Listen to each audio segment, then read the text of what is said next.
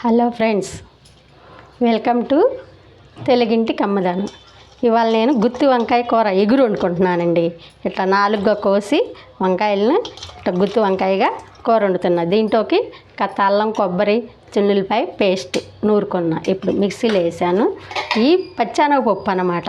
ఇవ్వండి పచ్చెనగపప్పు గుత్తి వంకాయ కూర ఈ ఎగురు అనమాట. పచ్చెనగపప్పు గుత్తి వంకాయ కూర అండి. నేను చూపిస్తాను మీకు ఎట్లా వండాలో. ఒక 50 గ్రాములు నూనె పోసుకున్నాను. రసం తిరమాల గింజలు,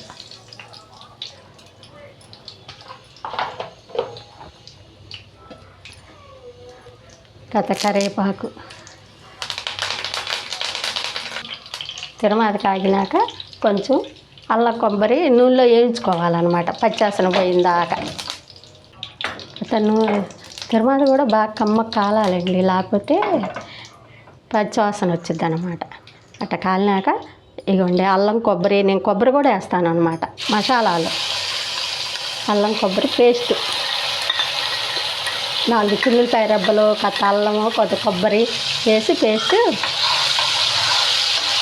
ఇట్లా పచ్చివాసన పోయిందాకా వేయించుకోవాలి. అల్లం కొబ్బరి. ఇప్పుడు వంకాయలు వేసుకుందాం.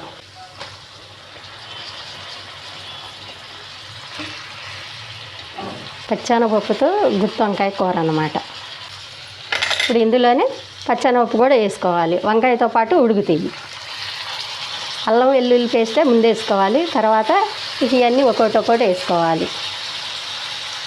ఇట్లా వండుకున్నప్పుడు మసాలా కర్రీ వేసుకున్నప్పుడు వంకాయని అట్లాగే కోసుకోవాలి. కాడలుగా 4 బద్దలుగా చీలితే చాలు, ఇడలిపో అవసరం లేదు. అట్లా వేసుకోండి, బాగుంటుంది వంకాయ. తినడానికి కూడా కథ బాగుండిద్ది అనమాట. వంకాయ కాడతో వేస్తే గుత్తి వంకాయ.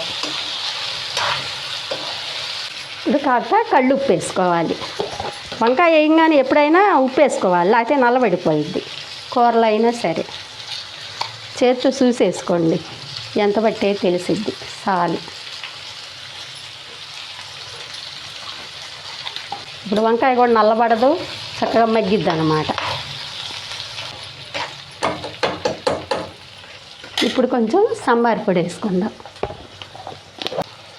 ఇందులోనే ధనియాలు, మెంతులు, జీలకర్ర, కరివేపాకు అన్నీ ఉంటాయి అన్నమాట ఈ పొడిలో. అది వేసుకుంటే అన్ని మసాలాలు వచ్చేస్తాయి. సరే, కారం మడికి ఇప్పుడు వేయమాకండి. వంకాయ 3 వంతులు ఉడికినాకే వేసుకోవాలి కారం, లేకపోతే కారం మాడిపోయింది.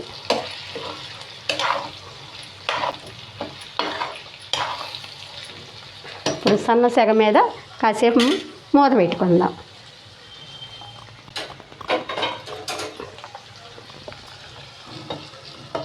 అది కాసేపు మగ్గితే ఇవ్వండి వంకాయ శుభ్రంగా మగ్గుతుంది.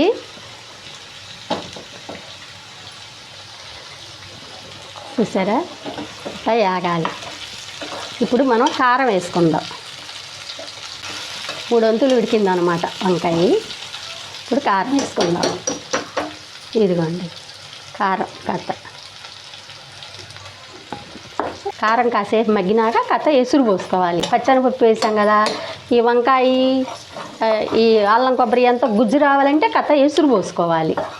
పోసుకుంటే గుత్తి వంకాయ కూర బ్రహ్మాండంగా ఉంటుందండి. అసలు చూడండి గుమగుమలాడతా ఎట్లా ఉందో. కారం వేసాము, ముందు ఉప్పు వేసాం, తర్వాత సాంబారు పసుపు పొడి వేసాం, ఇప్పుడు కారం వేసాం. కథ మగ్గినాక కారం మగ్గాలి. ఎమ్మటే ఎసురు పోసుకున్నాం అనుకో కారం ఏగదు, పచ్చివాసన వచ్చింది. అందుకని ఎప్పుడైనా కారం కాసేపు ఏగాలి నూనెలో. వంకాయ శుభ్రంగా మగ్గుతుంది. ఎట్లయినా కట్ట పచ్చెనగపప్పు వేసుకుంటే అండి కూరల టేస్టే వేరు, కమ్మగా ఉంటాయి. కారం వేగింది, ఎసురు వాత. ఎసురు అంటే ఎన్నో అవసరంలా. ఇగో మనం ఇప్పుడు అల్లం కొబ్బరి చిన్నులపాయ అన్నీ మిక్సీలు వేసాం కదా, ఆ నీళ్ళు తొలుపు పోసుకుంటే చాలు. చూసారా, అప్పుడు పచ్చెనగపప్పు వంకాయ ఏమన్నా కత్తిగిత్తి పచ్చండా శుభ్రంగా ఉడికిద్ది ఈ ఎసట్లో. ఇప్పుడు ఈ ఎసరంతా కొంచెం మగ్గాలన్నమాట. ఇట్లా ఎసట్లో పచ్చెనపప్పు ఎసరుపోయిందే బాగోదు. పచ్చెనపప్పు ఎందులో వేసినా సరే ఒక అరగద్ద ఎసురు పోసుకోవాలి. అప్పుడు పప్పు బాగా ఉడికిద్ది, కమ్మగా ఉంటుంది కూర కూడా. ఇగో మీరు కూడా ఈ వంకాయ ఎగురు ఇట్లా చేసుకోండి, శుభ్రం మగ్గిద్ది.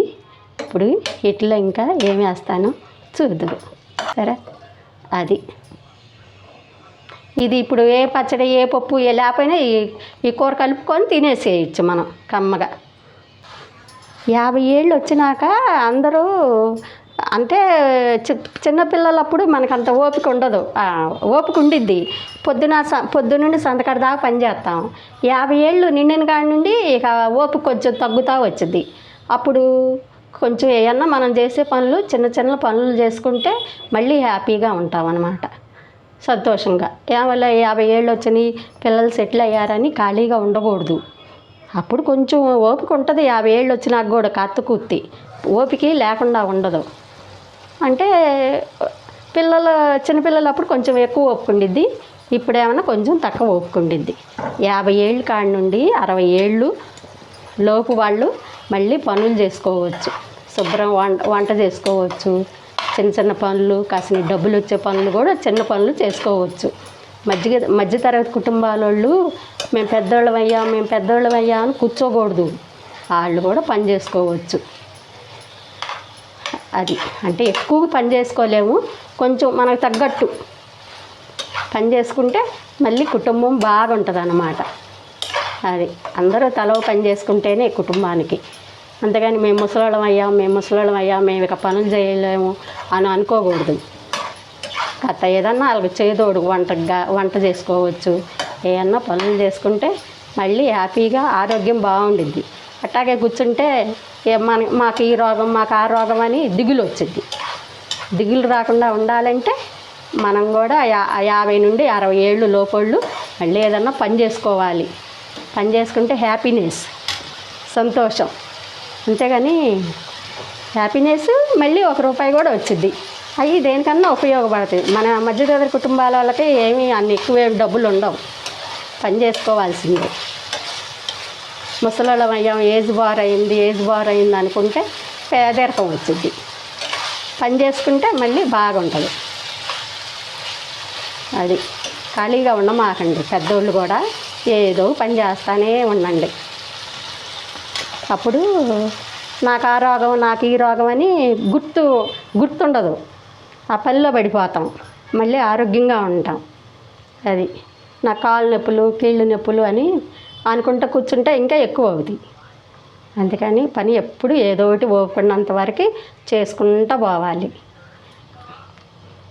సంతోషం వేసిద్ది, మనకున్న రోగాలు గుర్తుకు రావు, ముందు హ్యాపీనెస్గా ఉంటామన్నమాట. మన ఆరోగ్యం కోసమే మళ్ళీ మనం 50 ఏళ్ళ నుండి 60 ఏళ్ళు లోపళ్ళు పని చేసుకుంటే మళ్ళీ ఆరోగ్యం అది బాగుంటుందండి. మధ్య తరగతి కుటుంబాల వాళ్ళము ఏజ్ బార్ అయింది, మన పిల్లలు సెటిల్ అయ్యారు, ఆడపిల్లలు సెటిల్ అయ్యారు, మా పిల్లలు సెటిల్ అయ్యారు, మా అబ్బాయికి ఉద్యోగం మా అమ్మాయికి ఉద్యోగం అని వాళ్ళే చూసుకుంటారని అనుకోమాకండి. వాళ్ళకుండే ఇబ్బందులు వాళ్ళకు ఉంటాయి, మళ్ళీ వాళ్ళకి మనం భారం కాకూడదు. వాళ్ళని సెటిల్ చేసాం అంతవరకే, మళ్ళీ వాళ్ళు పెడతారని ఎదురు చూడకూడదు. మళ్ళీ మన పని సెకండ్ ఎంట్రీ అని మళ్ళీ పని చేసుకోవాలి. ఫస్ట్ ఎంట్రీ అంతా వాళ్ళని శుభ్రంగా తేవటానికి వాళ్ళ చదువులు ఉద్యోగాలు వాటి కోసం మనం కష్టపడ్డాం, అది ఫస్ట్ ఎంట్రీ. అక్కడ నుండి వాళ్ళు సెటిల్ అయిపోతారు, ఉద్యోగాలు వచ్చి ఏటోళ్ళు అటు వెళ్ళిపోతారు. అక్కడ నుండి మాకు మా అమ్మాయి చూసిద్ది, మా అమ్మాయికి ఉద్యోగం మా అబ్బాయికి ఉద్యోగం అని అనుకోమాకండి. మీరు కూడా మళ్ళీ అక్కడ నుండి కొంచెం ఓపిక ఉంటుంది, మళ్ళీ మీ పని మీరు చేసుకొని మీ తిండి మీరు తినొచ్చు. వాళ్ళు పెడతారు వీళ్ళు పెడతారని ఎదురు చూడమాకండి. దాని అంత నరకం ఇంకొకటి లేదు, ఎదురు చూసే అంత నరకం. చూస్తారు, పిల్లలు చూడకుండా ఉండరు. మీరు కూడా పని చేసుకోండి, పని చేసుకుంటే హ్యాపీ.